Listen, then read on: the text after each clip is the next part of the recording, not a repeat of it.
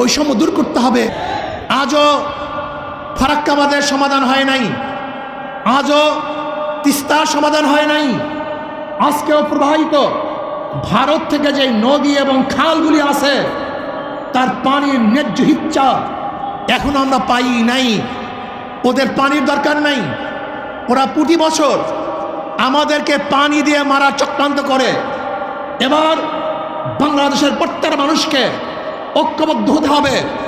বাংলাদেশের উপর থেকে এমন এক শক্তিশালী বাঁধ নির্মাণ করব, যেই বাঁধের মাধ্যমে ভারত পানি নিয়ন্ত্রণ করবে না, বরং বাংলাদেশের মানুষ পানি নিয়ন্ত্রণ করবে।